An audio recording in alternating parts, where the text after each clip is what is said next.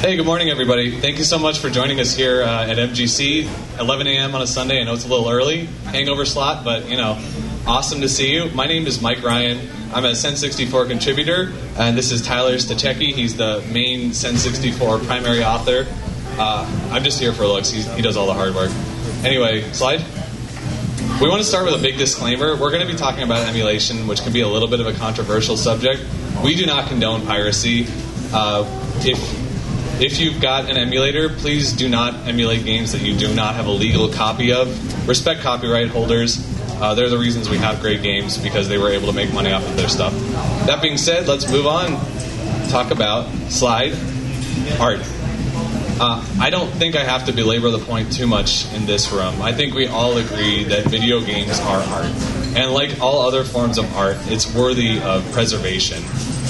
Some other forms of art, for example, television and films and books, have archivists dedicated to preserving the culture for future generations. Slide. The way most of those archivists approach the problem is through format shifting.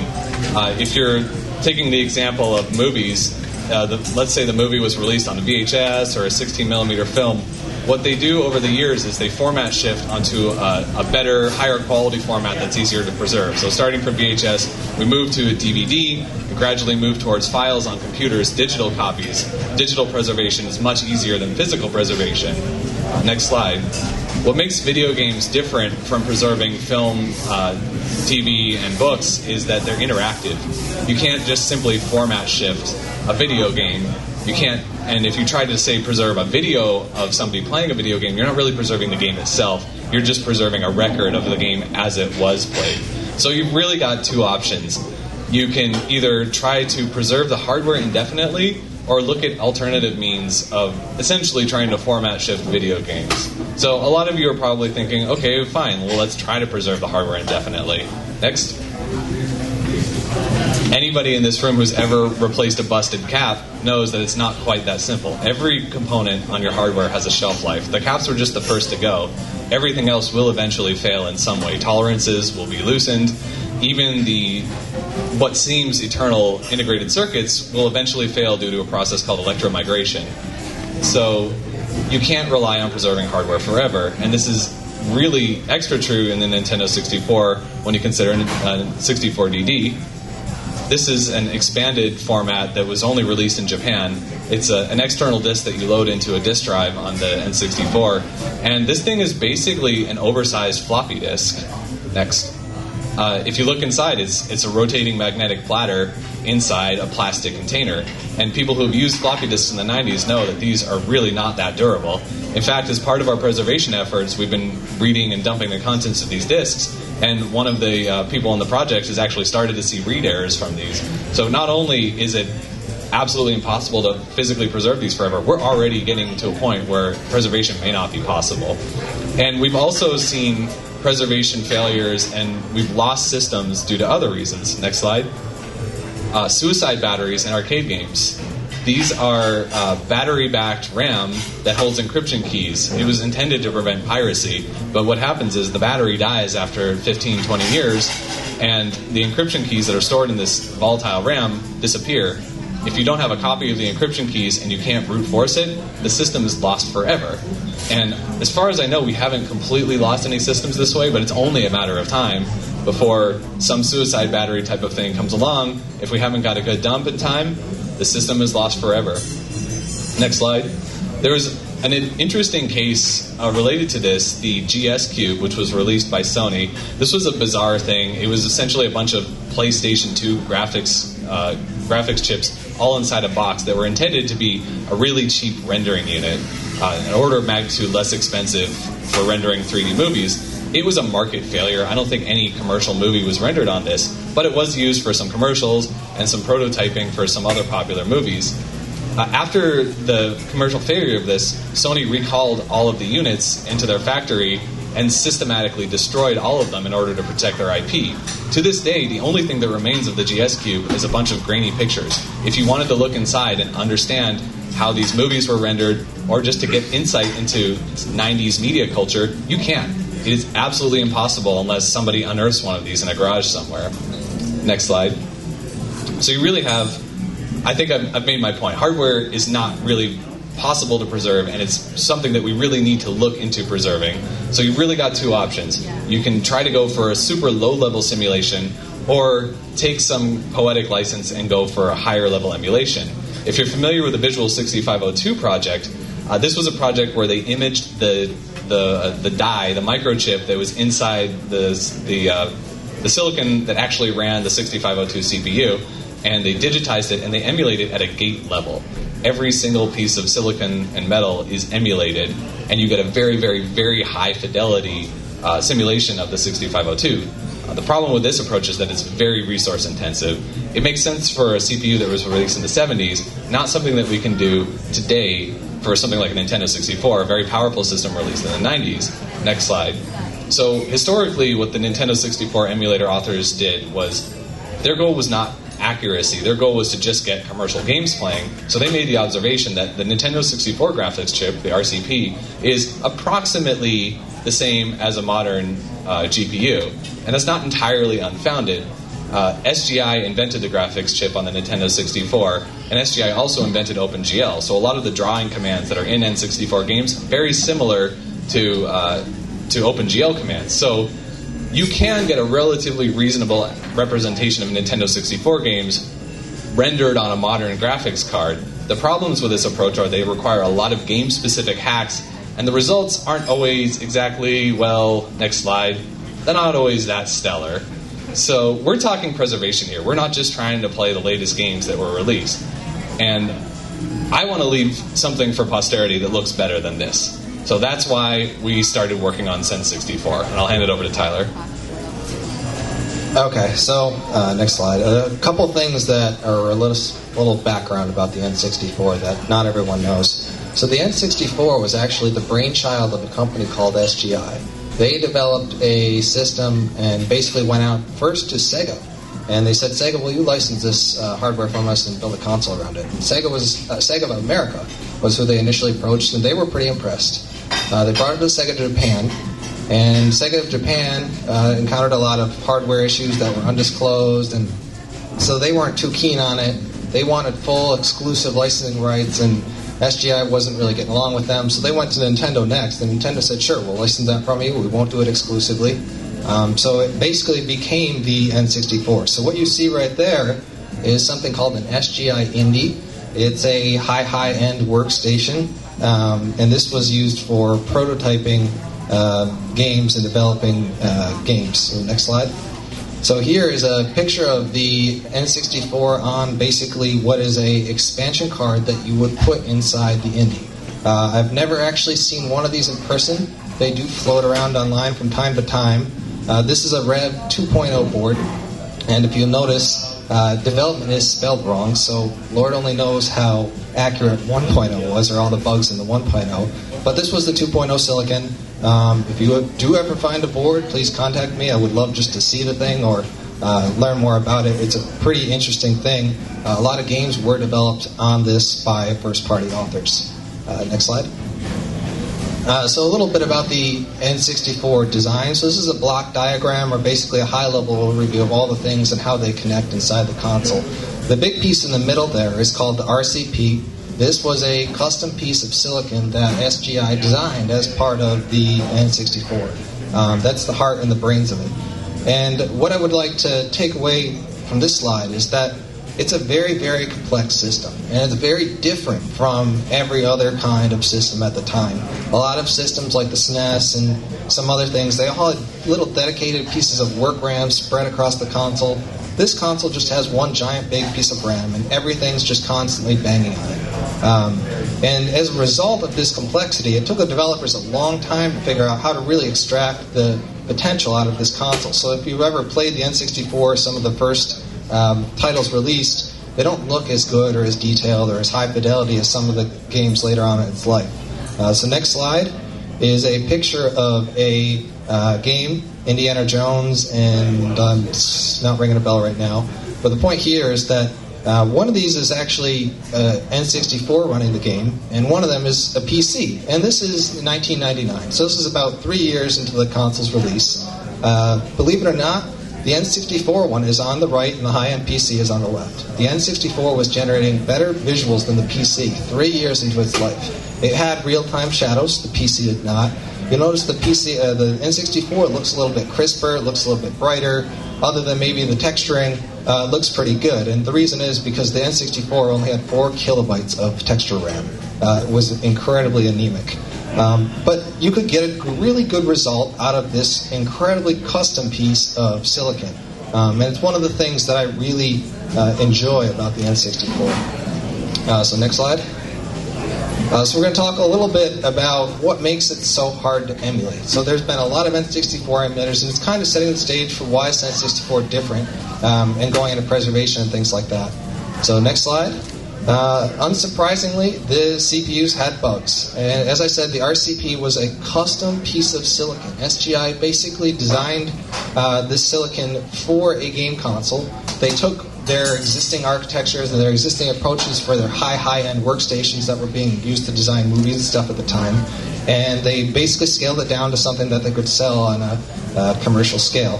So when they did that, there's bugs in the silicon. There's also bugs in the main CPU, which runs a lot of the game code. There's floating point bugs and things like that. So finding those bugs and then emulating those bugs is also a challenge.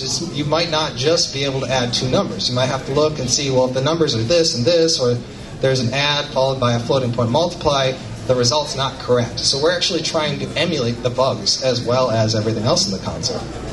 Next slide. Another thing that makes it difficult is the RCP contains a signal processor, which is basically a DSP. If you're familiar with them, they have something called unsaturated arithmetic that they use a lot, which basically means they have a very small, limited representation of numbers. And so these numbers only work in a certain range, and so after a certain point, you'll start subtracting one from a number, and it just won't go any lower, or it will wrap around. They do all kinds of funny things. So my favorite example of what is really confusing about this hardware is if you take a really big negative number and you take the absolute value of it, part of the DSP will give you an answer, it'll give you a really big number, and another part of the DSP will give you a really negative number. And so there's really odd things like this that happen inside the DSP that are hard to reverse engineer and hard to understand exactly what the console's doing. We want to get every single edge case out of this chip and understand what it's doing. Next slide. Unsurprisingly, and I'm kind of trying to make this point, the N64 was very different. I mean, just look at the controller. Who even uses the left side grip? Everything about the N64 was very different from every other kind of emulator. And even if you look at modern PC hardware, the way the N64 renders, the way it operates is just so different. You can't really map it to a PC, but that's what makes it special. So, next slide. One of the things that also makes it hard, that we differ from a lot of other emulators, is that we're trying to understand what this chip is doing on the electrical level. So what you have right here is a die shot, or basically if you uncapped the plastic black stuff on top of the RCP, and you took a microscope in and zoomed really far, this is what you would see. And it's a block diagram labeled with the various pieces of the chip. So we're actually emulating what these wires are kind of doing. And so we have to figure out what they're doing and figure out how all this stuff happens, and that's where you uncover the bugs and those kinds of things. So cen64 right now is not totally emulating every aspect of this, but we're understanding and uncovering a lot of these things as we work with it. So next slide. So to give you an idea of the level of detail that we're going in, this commodity FPGA on your left and on your right is one of the N64 CPU on a custom breakout board. So we actually built a kind of an expansion card for an FPGA that has the N64 CPU. And we use this to basically validate and reverse engineer the CPU. We can work with it on a very fine-grained electrical level. We can send it all kinds of weird inputs and see how it responds. And this is the kind of preservation and detail and accuracy that we're really aiming for. It's one thing I haven't gotten a lot of time to take advantage of, but the CPU does boot. We can basically run tests on it and things like that. So it's pretty interesting. Next slide. So a bit about cen64's architecture. This might get a little technical, so bear with me. Next slide. So most emulators are around one of two principles for those who are familiar with it. They're either something called an interpreter or a compiler. Currently, cen64's current release, which runs pretty well on an i7, Skylake, or Kaby Lake if you are fortunate to have one, you get pretty good results out of this interpreter, but it's not enough going forward. I'm running into this basically problems where I want more accuracy. I need to put more things in. It's chewing up the performance. So next slide. The interpreter, basically what it does is the game cart, or the thing that we're simulating, has to constantly translate its code into something the x86 CPU or whatever you're running on the right. They don't talk one-to-one. So we have to basically, as addition to find out what the cart code is doing, we also simulate what these chips are doing. And so whenever we do that, we basically have to do it on one-by-one basis, where we look at one piece or one instruction, we simulate what it's doing, and after we do that, then the CPU has to go execute. And we can't really translate and execute at the same time. This guy in the middle is kind of holding up the process as he turns back and forth, going through this process repeatedly. So next slide. So what a lot of emulators do is they bring in this thing called a compiler. And so what a compiler does is you can give it a set of instructions or a big list of things to do, and it will return you a piece of page or a page of code, and you can just keep giving that code straight to the CPU. You don't need to go through somebody. You can put the code aside and come back to it later. So this is challenging in that concept of cycle-accurate emulators, or basically things which are trying to emulate the chip at its lowest levels, like we're trying to do. Because each time you go to generate a page, it's so long, there's so much code, that you lose track of how many pages you have, and you end up basically trying to find all these pages all the time, and your performance ends up backfiring. You spend so much time trying to find things that it just doesn't work out. So what we're actually doing is, next slide, you might be confused why there's an Android up on the screen, but cen64's next generation core is basically a virtual machine. It takes a lot of the same principles that your Android JIT was. It has a custom compiler that I'm writing. It generates code very fast, but it only generates code for things that happen very often. So if you're familiar with the N64, it used to use something called microcodes or U-codes. And so SGI basically had these very small programs that ran on the RCP that are very performance intensive, very critical. So we're actually compiling not only what the code or what the RCP was executing, but with that code, we're also including the code that needs to be executed to simulate all the things going on between the wires. So it's a very interesting project. It looks like it's very successful so far. So next slide. So how this pertains to cen64 and going forward, we're hoping again to really aim for accuracy and preservation of this hardware. I think Mike spoke to it a lot. You can visit our website at cen64.com. We're always looking for contributors. We're on N64 Dev, and Mike will give you a list of the shout-outs on the next slide.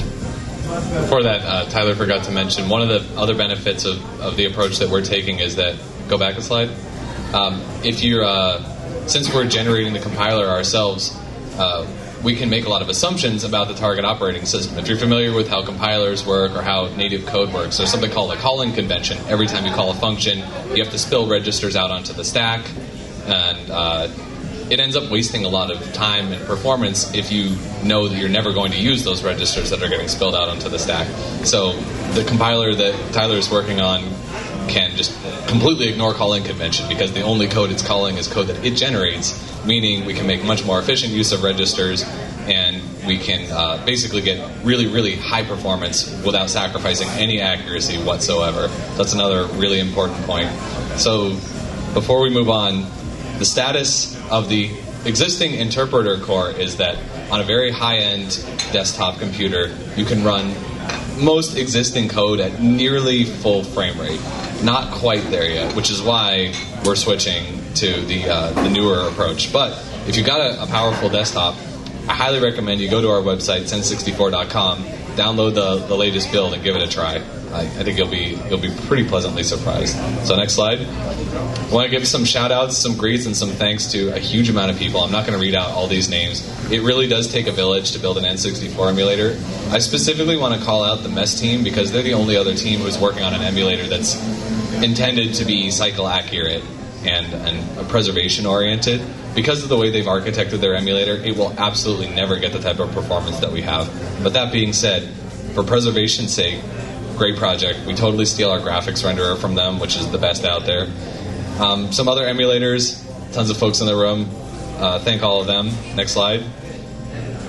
We all also wanted to thank MGC and Dan Lucen for hosting us. This is our hands down favorite video game conference, and thank you guys all for coming here. Some information, check out our website, email us, and we actually have a minute or two for questions if you have any questions. So everything was crystal clear? Oh, we got one up here. There's a microphone coming. I just wanted to ask, were you planning on having a debugger support in the new version of cen64? I know you had sort of plans in the old interpreter, but don't know how that would play with the compiler. Before Tyler answers, this is something I've been bugging him about since I first heard of the emulator, so it's something that I definitely want to see, but I'll let him answer that. So I do have more time now with this existing one, but I do have plans for debugger.